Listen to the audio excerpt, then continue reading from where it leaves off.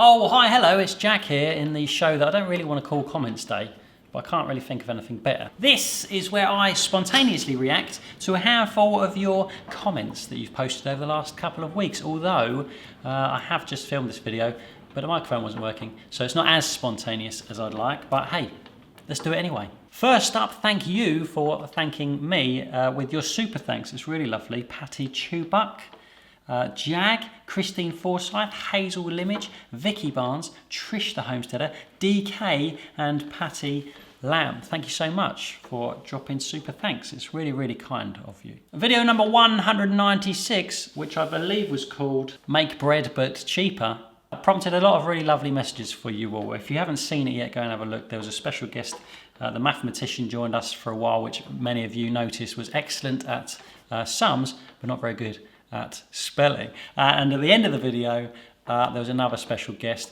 And the point I was trying to make was that there's massive value in the experience of making bread, which only gets bigger and better when it's shared. It prompted a whole load of really lovely messages from you all, including Sue Collins, who said, "It is written, shared grief is halved, shared joy is doubled." Wow, isn't that powerful? Sharing stuff is always a good idea, isn't it? Whether it's the good stuff or the bad stuff, sharing it with another, whoever it may be. It has to make sense, doesn't it? It is written, Sue Collins said. I don't know where it's written, but it is.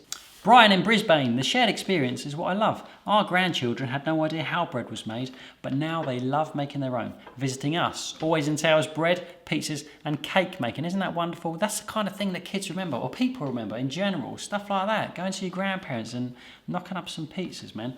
That's really, really wicked. Nice one.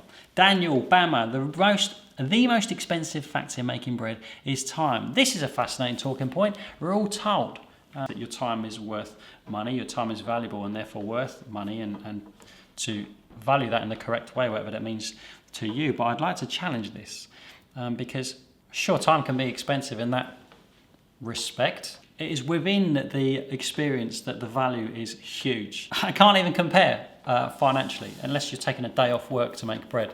That doesn't make sense. I always say when people say stuff like this that time passes anyway. Time passes anyway. You get the dough on or you don't. It doesn't take time for us. It's not time spent.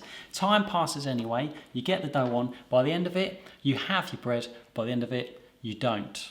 You know, it's fascinating. I could talk about this all day long, but I won't. Retragnant says, buy your flour in larger quantities if you can. Buying kilo by kilo is way more expensive compared to buying a 5 kilogram sack. Loads of people have said this as well. Nice one. Buying flour in bulk if you've got somewhere to store it and keep it, which I don't really in my house, is a far better way of saving money. That's a really, really good way. Somebody else mentioned buying dry yeast in bulk. You can keep it in the freezer. I've never done this, but a lot of people swear by it. Keep it in the freezer, buy it in bulk, and you can save money that way. Nice one, Retragnant. And in video 197, entitled The Hidden Secret of Supermarket Flour, didn't see that coming, did you? I certainly didn't. Let's have a look, shall we? Gigi starts off the conversation with calcium carbonate is chalk. Yeah. There was a point in the video, if you haven't seen it, I'll link it up at the end of this video, where I read the back of the pack of the flour of all the minerals and vitamins added to the flour. One of them was calcium carbonate. And then later on in the video, I joked, unless they cut your flour with chalk to make it cheaper, like they did in the olden days. In the olden days, you used to cut flour with chalk to make it cheap, or sawdust, or something weird. And I was referring to the fact that they probably don't bulk it out. And then immediately after I posted the video, somebody sent me a message saying, "Oh, calcium carbonate is chalk." And I was like, "Oh yeah, okay, yeah." I Googled it and I was like, "Oh yeah, it is." I doubt very much that they put it in there to bulk it out. Maybe they do, maybe they do. It doesn't have any idea the quantity on the back of the packet. Thanks for pointing it out, Gigi. And all the other hundreds of people that pointed out to me, yeah, thanks. I got it, let's move on.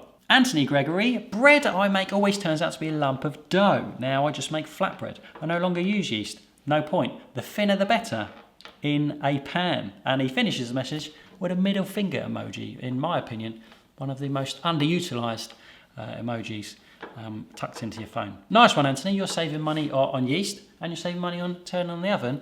Flatbreads works for you. That's what works for you. Good for you. Nice one, Anthony. Annabelle Wood, you did not explain the point of using bread flour to make bread as opposed to ordinary plain flour. That wasn't the point of the video, but it's fine. It's because of the added gluten in strong bread flour to make it rise. This video is an exercise in confusion. Sorry, Annabelle. Oh, sorry, I didn't mean to confuse you. Strong white bread flour has more of the things inside that create more gluten, therefore making a more glutinous, strong and stretchy dough that's able to puff up nice and big. Plain flour, less. That's why you make biscuits with it. Pastry, anything you want to snap or break and not be chewy, that's the difference. I didn't mean to confuse you with that video. Sorry about that. And here we go, some people actually using gluten, adding gluten into the flour deliberately. Carla Hemen, during 2020 I couldn't get bread flour, so I ordered gluten online and added to the plain flour to make my own bread flour. Just a thought. Yeah, nice one. Also, Clark Kent, I always add extra gluten to the bread flour myself. I like the bigger loaf. Yeah, also, some people do it with like wholemeal bread. If they're making wholemeal bread, they'll buy Vital Wheat gluten, put it in, and therefore making a stronger dough and a bigger, lighter loaf with a flour that would normally struggle. Massive thank you for all your comments. Thanks for being here. Thanks for sticking around.